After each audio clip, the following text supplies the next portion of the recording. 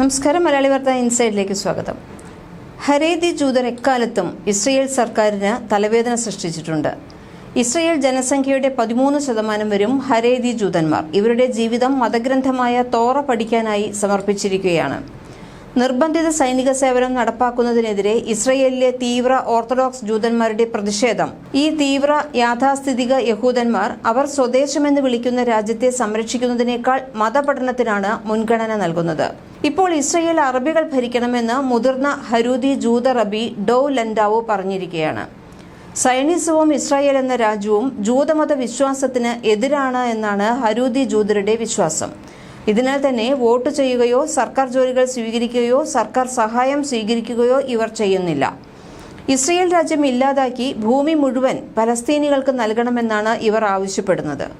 മുൻകാലങ്ങളിൽ എന്ന പോലെ സ്വന്തമായി രാജ്യമില്ലാതെയും ജൂതന്മാർക്ക് അറബികൾക്കൊപ്പം നന്നായി തന്നെ ജീവിക്കാമെന്നും ലിത്വാനിയയിലെ സ്ലബോദ്ക യെശീവ ഹരൂതി വിഭാഗത്തിന്റെ ഏറ്റവും ഉന്നതനായ പുരോഹിതനായിട്ടുള്ള റബി ഡോ ലൻഡാവു ആണ് പറയുന്നത്.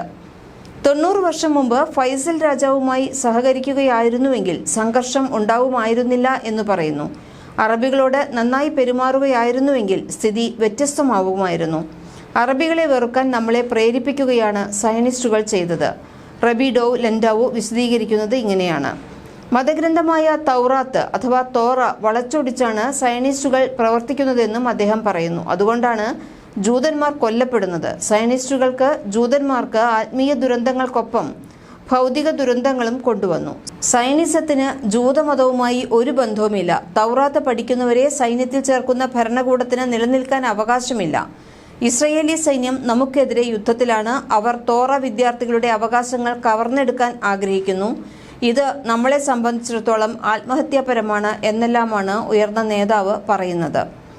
ഇസ്രയേൽ ജൂതന്മാർക്ക് ദൈവം വാഗ്ദാനം ചെയ്ത ഭൂമിയാണ് എന്ന വാദം തന്നെ തെറ്റാണെന്നും പറയുന്നു. ജെറുസലേമിലെ 2ാം ടെമ്പിൾ റോമക്കാർ നശിപ്പിച്ചതിനു ശേഷം ജൂത പരമാധികാരം സ്ഥാപിക്കരുതെന്നാണ് ദൈവം ജൂതന്മാരോട് നിർദ്ദേശിച്ചത് എന്നാണ് പറയുന്നത്. മിശിഹായുടെ 2ാം വരവിന് ശേഷമേ രാജ്യം പാടുള്ളൂ എന്നും റബി ഡോ ലൻഡാവു പറയുന്നു. 1948 പലസ്തീനികളെ ആക്രമിച്ച് കുടിയൊഴിപ്പിച്ച നഗ്ബയ്ക്ക് കാരണം സയനിസമാണത്രേ. സയനിസവും ജൂതമതവും തമ്മിൽ ആകാശവും ഭൂമിയും തമ്മിലുള്ള വ്യത്യാസമുണ്ട്. മുസ്ലിങ്ങളാണ് ജൂതന്മാരെ ഇങ്ങോട്ട് കൊണ്ടുവന്നത്. മുസ്ലിം ഭരണത്തിന് കീഴിൽ സമൃദ്ധിയോടെയാണ് ജൂതന്മാർ ജീവിച്ചിരുന്നത് എന്നും തോറ നേതാക്കൾ പറഞ്ഞുവെക്കുന്നു. നൂറ്റാണ്ടുകൾ സൗഹാർദ്ദത്തോടെ ജീവിച്ച മുസ്ലിങ്ങളും ജൂതന്മാരും ശത്രുക്കളാണെന്നാണ് സയനിസ്റ്റുകൾ പറയുന്നത്. ദൈവവിശ്വാസികളായ ഞങ്ങൾ ഇസ്രായേൽ എന്ന രാജ്യം ഇല്ലാതാവണമെന്നാണ് എന്നും പ്രാർത്ഥിക്കുന്നത്. ഇസ്രായേൽ ഇല്ലാതാകുമ്പോൾ പലസ്തീൻ സ്വതന്ത്രമാകും. സയനിസം ജനാധിപത്യപരമാണെന്ന് പറയുന്നവർ അറബികളോട് ചെയ്യുന്ന ക്രൂരതകൾ കാണുമ്പോൾ കരച്ചിൽ വരുമെന്നാണ് ഇസ്രായേൽ ഡോവിസ് വൈസ് പറയുന്നത്. തുഫാനുൽ അക്സയ്ക്ക് ശേഷം ഇസ്രയേലിലും ലോകത്തിന്റെ വിവിധ ഭാഗങ്ങളിലും നടക്കുന്ന പ്രതിഷേധങ്ങളിലും സയനിസ്റ്റ് വിരുദ്ധരായ ജൂത വിഭാഗങ്ങൾ സജീവമായി പങ്കെടുക്കുന്നുണ്ട്. അമേരിക്കയിലും കാനഡയിലുമെല്ലാം ഇസ്രയേലി പതാകകൾ കത്തിക്കുന്നതും പലസ്തീൻ അനുകൂല പ്രതിഷേധങ്ങളിൽ പങ്കെടുക്കുന്നതും ഇവർ തന്നെയാണ്.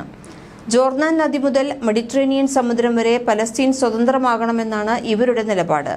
പലസ്തീനികൾക്ക് ഭൂമി മുഴുവൻ നൽകണമെന്ന് തോറ പറയുന്നുണ്ട്. അൽ-അഖ്സ പള്ളിക്ക് നേരെയുള്ള ആക്രമണങ്ങളെ ജൂതന്മാർ എതിർക്കുന്നു. ഇസ്രയേൽ ജൂതന്മാരെ പ്രതിനിധീകരിക്കുന്നില്ല തുടങ്ങിയ മുദ്രാവാക്യങ്ങളും പോസ്റ്ററുകളുമായാണ് ഇവർ എത്തുന്നത്. സൽമർ പോലുള്ള മറ്റു നിരവധി ഹരൂതി വിഭാഗങ്ങളും ഇസ്രയേലിന് എതിരായി രംഗത്തു വരുന്നു. ഹരൂതികളുടെ ഈ നിലപാട് മൂലം അവരെ സൈന്യത്തിൽ ചേർക്കുന്നതിൽ ഇസ്രയേൽ രൂപീകരണ സമയത്ത് തന്നെ ഇളവ് നൽകിയിട്ടുണ്ടായിരുന്നു. ജനസംഖ്യയുടെ 13% വരുന്ന ഇവരെ ഇപ്പോൾ യുദ്ധത്തിൽ പങ്കെടുപ്പിക്കാൻ ശ്രമം നടക്കുന്നുണ്ട്. അതിനാൽ തന്നെ വലിയ പ്രതിഷേധമാണ് ഹരൂതികൾ ഇപ്പോൾ നടത്തിക്കൊണ്ടിരിക്കുന്നത്. 800ഓളം ഹരൂതികളെ അറസ്റ്റ് ചെയ്ത് സൈന്യത്തിൽ ചേർക്കാൻ ഇറക്കിയ വാറന്റ് മുൻപ് ഏറെ വിവാദമായിരുന്നു. മലയാളി വാർത്ത ഇൻസൈഡ്.